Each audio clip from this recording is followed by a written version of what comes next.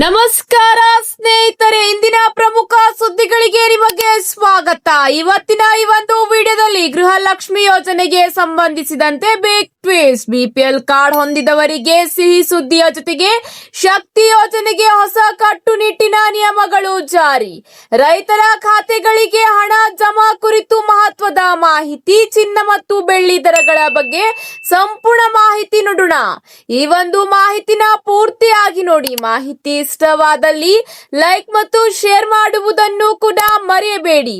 ಹಾಗಾದ್ರೆ ಬನ್ನಿ ವೀಕ್ಷಕರೇ, ಇದೀಗ ಬರ್ತಿರ್ತಕ್ಕಂತಹ ಮೊದಲನೆಯ ಒಂದು ದೊಡ್ಡ ಅಪ್ಡೇಟ್ ಏನೆಂದು ನೋಡೋಣ. ರಾಜ್ಯ ಸರ್ಕಾರವು ಜಾರಿ ತಂದಿರುವ ಪಂಚ ಗ್ಯಾರಂಟಿ ಯೋಜನೆಗಳು ದುರುಪಯೋಗವಾಗುವುದನ್ನು ತಡೆಯಲು ಮತ್ತು ನಕಲಿ ಫಲಾನುಭವಿಗಳನ್ನು ಹೊರಗಿಡಲು ಮುಖ್ಯಮಂತ್ರಿ ಡಿಕೆ ಶಿವಕುಮಾರ್ ನೇತೃತ್ವದ ಸರ್ಕಾರ ಮಹತ್ವದ ನಿರ್ಧಾರ ಕೈಗೊಂಡಿದೆ.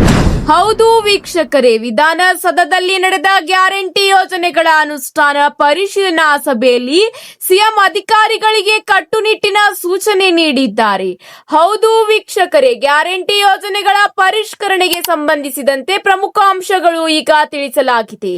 ಗ್ಯಾರಂಟಿ ಯೋಜನೆಗಳ ಲಾಭ ಪಡೆಯಲು ಫಲಾನುಭವಿಗಳು ಮರು ಅರ್ಜಿ ಸಲ್ಲಿಸುವ ಅಗತ್ಯವಿಲ್ಲ ಎಂದು ಸ್ಪಷ್ಟಪಡಿಸಿದ್ದಾರೆ ಡಿಕೆ ಶಿವಕುಮಾರ್. ಮರು ನೋಂದಣಿ ಬದಲಿಗೆ ಅಧಿಕಾರಿಗಳೇ ನೇರವಾಗಿ ಫಲಾನುಭವಿಗಳ ಮನೆಗೆ ಭೇಟಿ ನೀಡಿ ದಾಖಲಾತಿಗಳನ್ನು ಪರಿಶೀಲಿಸಲಿದ್ದಾರೆ. ಗೃಹಲಕ್ಷ್ಮಿ ಯೋಜನೆಗೆ ಅಗತ್ಯವಿರುವ ದಾಖಲಾತಿಗಳನ್ನು ಕೂಡ ಸ್ಪಷ್ಟತೆ ನೀಡಿದ್ದಾರೆ. ಮನೆ ಯಜಮಾನಿ ಮತ್ತು ಆಯ್ಕೆಯ ಪತಿಯ ಹೆಸರಿನ ದಾಖಲಾತಿಗಳು ತೋರಿಸಬೇಕು.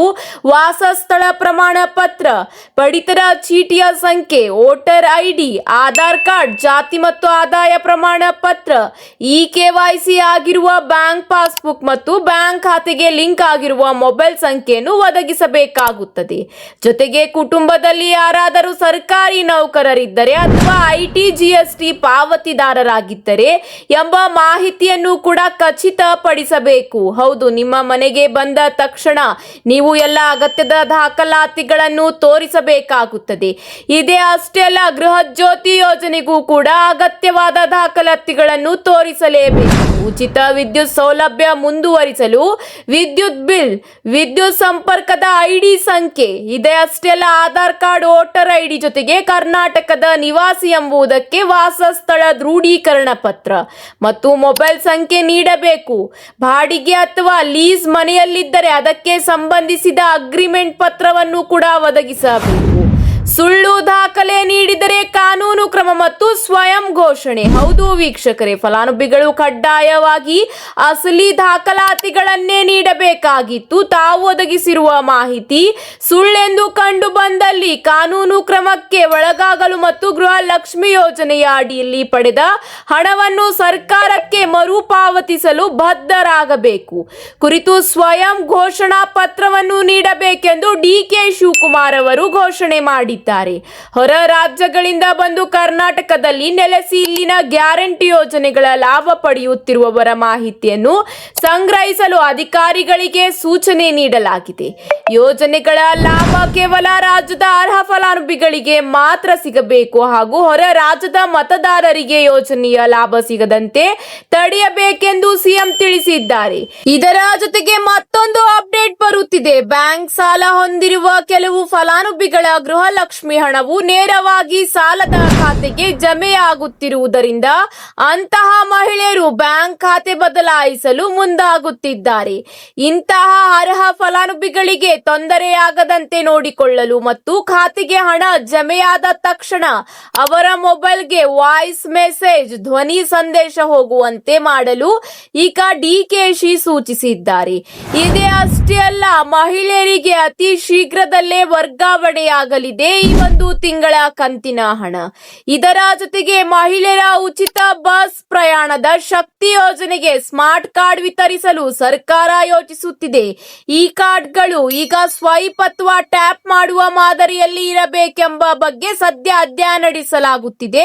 ಅಲ್ಲಿಯವರೆಗೆ ಬಸ್ನಲ್ಲಿ ಉಚಿತ ಪ್ರಯಾಣ ಮಾಡಬೇಕೆಂದರೆ ಈಗ ವೋಟರ್ ಐಡಿ ಕಡ್ಡಾಯವಾಗಿದೆ ಎಂಬ ಮಾಹಿತಿಯನ್ನು ಡಿಕೆ ಶಿವಕುಮಾರ್ ಅವರು ಸ್ಪಷ್ಟಪಡಿಸಿದ್ದಾರೆ. ಇದೀಗ ಮತ್ತೊಂದು ಅಪ್ಡೇಟ್ ಬರುತ್ತಿದೆ. ಪಿಎಂ ಕಿಸಾನ್ ಸನ್ಮಾನ್ ನಿಧಿ ಯೋಜನೆಯ ಅಡಿಯಲ್ಲಿ ರೈತರ ಖಾತೆಗೆ ವರ್ಗಾವಣೆಯಾಗಿದೆ 23ನೇ ಕಂತಿನ 2,000 ರೂಪಾಯಿ ಹಣ.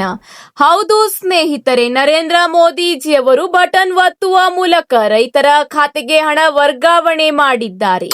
ರಾಜ್ಯದ ಒಟ್ಟು 41 ಲಕ್ಷಕ್ಕಿಂತ ಅಧಿಕ ಫಲಾನುಭವಿಗಳ ಖಾತೆಗೆ ಒಟ್ಟಾರೆ 830 ಕೋಟಿಗಳ ಮೊತ್ತವನ್ನು ನೇರವಾಗಿ ಬಟನ್ ಒತ್ತುವ ಮೂಲಕ ರೈತರ ಖಾತೆಗೆ ಹಣ ವರ್ಗಾವಣೆ ಮಾಡಿದ್ದಾರೆ. ಹೌದು ಸ್ನೇಹಿತರೆ, ನಿಮ್ಮ ಖಾತೆಗೂ ಕೂಡ 23ನೇ ಕಂತಿನ 2,000 ರೂಪಾಯಿ ಹಣ ವರ್ಗಾವಣೆಯಾದರೆ ಕಮೆಂಟ್ ಮೂಲಕ ಎಸ್ ಅಂತ ತಿಳಿಸಿ. ಸರ್ಕಾರವು ರೈತರ ಖಾತೆಗೆ ಹಣವನ್ನು ಜಮೆ ಮಾಡಿದೆ. ಫಲಾನುಭವಿ ರೈತರು ತಮ್ಮ ಆಧಾರ್ ಕಾರ್ಡ್ಗಳನ್ನು ಬ್ಯಾಂಕ್ ಖಾತೆಯೊಂದಿಗೆ ಜೋಡಣೆ ಮಾಡುವುದು ಮತ್ತು ಈ ಕೆವೈಸಿ ಪ್ರಕ್ರಿಯೆಯನ್ನು ಪೂರ್ಣಗೊಳಿಸುವುದು ಕಡ್ಡಾಯವಾಗಿದೆ. ತಾಂತ್ರಿಕ ದೋಷಗಳಿಂದ ಅಥವಾ ದಾಖಲಾತಿಗಳ ಅಸಮರ್ಪಕತೆಯಿಂದ ಹಣ ತಲುಪುವುದು ರೈತರಿಗೆ ಸ್ವಲ್ಪ ವಿಳಂಬವಾಗುತ್ತದೆ.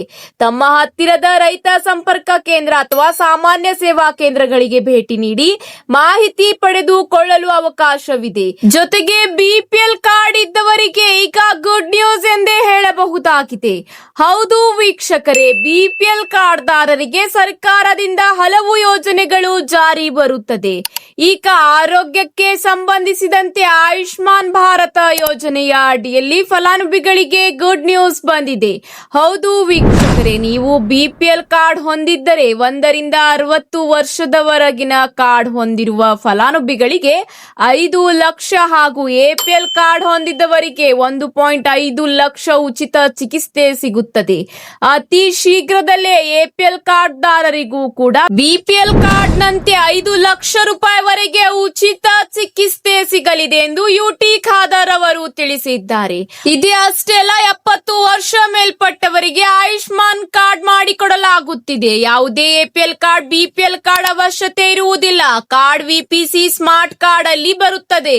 ಬೇಕಾದ ದಾಖಲಾತಿಗಳನ್ನು ಅಂದರೆ ಆಧಾರ್ ಕಾರ್ಡ್ ಮತ್ತು ನಿಮ್ಮ ಫೋಟೋ ಜೊತೆಗೆ ಆಧಾರ್ ಲಿಂಕ್ ಆಗಿರುವ ಮೊಬೈಲ್ ಸಂಖ್ಯೆ ಇದ್ದರೆ ಸಾಕು, ಆಯುಷ್ಮಾನ್ ಕಾರ್ಡ್ ಮಾಡಿಸಿ ಕೊಡಲಾಗುತ್ತದೆ. ಹೌದು ವೀಕ್ಷಕರೇ, ಇದೇ ರೀತಿ ಹೆಚ್ಚಿನ ಮಾಹಿತಿಗಾಗಿ ದೂರವಾಣಿ ಸಂಖ್ಯೆ ಆದ 8431555394 ಸಂಖ್ಯೆಗೆ ನೀವು ಕರೆ ಮಾಡಿ ಸಂಪರ್ಕಿಸಬಹುದಾಗಿದೆ. ಇದರ ಜೊತೆಗೆ ಮುಂದಿನ ಒಂದು ಅಪ್ಡೇಟ್ ಏನೆಂದು ನೋಡೋಣ ಬನ್ನಿ ವೀಕ್ಷಕರೇ. ಆಭರಣ ಪ್ರಿಯರಿಗೆ ಶುಭ ಸುದ್ದಿ ಬಂದಿದೆ. ಸತತವಾಗಿ 4ನೇ ದಿನವೂ ಚಿನ್ನ ಮತ್ತು ಬೆಳ್ಳಿ ದರ ಇಳಿಕೆಯಾಗಿದೆ. ಹೌದು ಸ್ನೇಹಿತರೆ, ಒಂದೇ ಸಾಲಿನಲ್ಲಿ ದೇಶದ ಪ್ರಮುಖ ನಗರಗಳಲ್ಲಿ ಚಿನ್ನ ಮತ್ತು ಬೆಳ್ಳಿಯ ದರವು ಸತತ 4ನೇ ದಿನವೂ ಕೂಡ ಇಳಿಕೆಯಾಗಿದ್ದು ಆಭರಣ ಪ್ರಿಯರಿಗೆ ತುಸು ನಿರಾಳ ತಂದಿದೆ. ಹೌದು ವೀಕ್ಷಕರೇ, ಹಾಗಾದರೆ ಇಂದು ಮಾರುಕಟ್ಟೆಯಲ್ಲಿ ಬೆಲೆ ಎಷ್ಟಿದೆ ಎಂಬ ಮಾಹಿತಿ ನೋಡೋಣ. ಚಿನ್ನದ ಬೆಲೆ 10 ಗ್ರಾಂಗೆ 2,840 ರೂಪಾಯಿ ಇಳಿಕೆಯಾಗಿದೆ. ಹೌದು ಸ್ನೇಹಿತರೆ, ಇದೇ ಅಷ್ಟೇ ಅಲ್ಲ, ಬೆಳ್ಳಿ ಬೆಲೆಯಲ್ಲೂ ಕೂಡ ಇಳಿಕೆ. ಕೆಜಿಗೆ 8,040ರಷ್ಟು ಕಡಿಮೆಯಾಗಿದೆ ಬೆಳ್ಳಿಯ ಬೆಲೆ. ಹಾಗಾದರೆ ಇಂದು ಪ್ರಮುಖ ನಗರಗಳಲ್ಲಿ ಮತ್ತು ಬೆಂಗಳೂರಿನಲ್ಲಿ ಚಿನ್ನ ಮತ್ತು ಬೆಳ್ಳಿ ದರ ಎಷ್ಟಿದೆ ಎಂಬ ಸಂಪೂರ್ಣವಾದ ಮಾಹಿತಿ ನೋಡೋಣ ಬನ್ನಿ ಸ್ನೇಹಿತರೆ. ಬೆಂಗಳೂರಿನಲ್ಲಿ 10 ಗ್ರಾಂ ಚಿನ್ನದ ದರ 1,50,200 ರೂಪಾಯಿ ದಾಖಲಾತಿಯಾಗಿದ್ದು ಬೆಂಗಳೂರಿನಲ್ಲಿ ಇಂದು ಬೆಳ್ಳಿಯ ಬೆಲೆ ಕೆಜಿಗೆ 2,49,900 ರೂಪಾಯಿ ಆಗಿದೆ. ಮುಂಬೈನಲ್ಲಿ 24 ಕ್ಯಾರೆಟ್ ಚಿನ್ನದ ಬೆಲೆ ಪ್ರತಿ ಗ್ರಾಂಗೆ 14,585 ರೂಪಾಯಿ ಆಗಿದ್ದು 22 ಕ್ಯಾರೆಟ್ ಚಿನ್ನದ ಬೆಲೆ ಪ್ರತಿ ಗ್ರಾಂಗೆ 13,369ರಷ್ಟು ದಾಖಲಾತಿಯಾಗಿದೆ. ಇದೇ ರೀತಿ ಚೆನ್ನೈನಲ್ಲಿ 24 ಕ್ಯಾರೆಟ್ ಚಿನ್ನದ ಬೆಲೆ ಪ್ರತಿ ಗ್ರಾಂಗೆ 15,803 ರೂಪಾಯಿ ಆಗಿದೆ. 22 ಕ್ಯಾರೆಟ್ ಚಿನ್ನದ ಬೆಲೆ ಪ್ರತಿ ಗ್ರಾಂಗೆ 13,569 ರೂಪಾಯಿಯಷ್ಟು ದಾಖಲಾತಿಯಾಗಿದೆ. ಹೌದು ವೀಕ್ಷಕರೇ, ಈಗ ಚಿನ್ನ ಮತ್ತು ಬೆಳ್ಳಿ ಪ್ರಿಯರಿಗೆ ಗುಡ್ ನ್ಯೂಸ್ ಬಂದಿದ್ದು ಸತತ 4 ದಿನಗಳ ನಂತರವೂ ಚಿನ್ನ ಮತ್ತು ಬೆಳ್ಳಿ ದರದಲ್ಲಿ ಇಳಿಕೆ ಕಂಡು ಬಂದಿರುವುದು ಜನರಿಗೆ ಸಂತಸದ ಸಿಹಿ ಸುದ್ದಿ ತಂದಿದೆ. ಇವತ್ತಿಗೆ ಇಷ್ಟೇ ವೀಕ್ಷಕರೇ, ಮತ್ತೆ ಸಿಗೋಣ ಹೊಸ ಅಪ್ಡೇಟ್ ಜೊತೆಗೆ. ಈ ಒಂದು ಮಾಹಿತಿ ನಿಮಗೆ ಇಷ್ಟವಾದಲ್ಲಿ ಲೈಕ್ ಮತ್ತು ಶೇರ್ ಮಾಡಿಕೊಳ್ಳಿ. ಮತ್ತೆ ಸಿಗೋಣ ಹೊಸ ಅಪ್ಡೇಟ್ ಜೊತೆಗೆ. ಧನ್ಯವಾದಗಳು.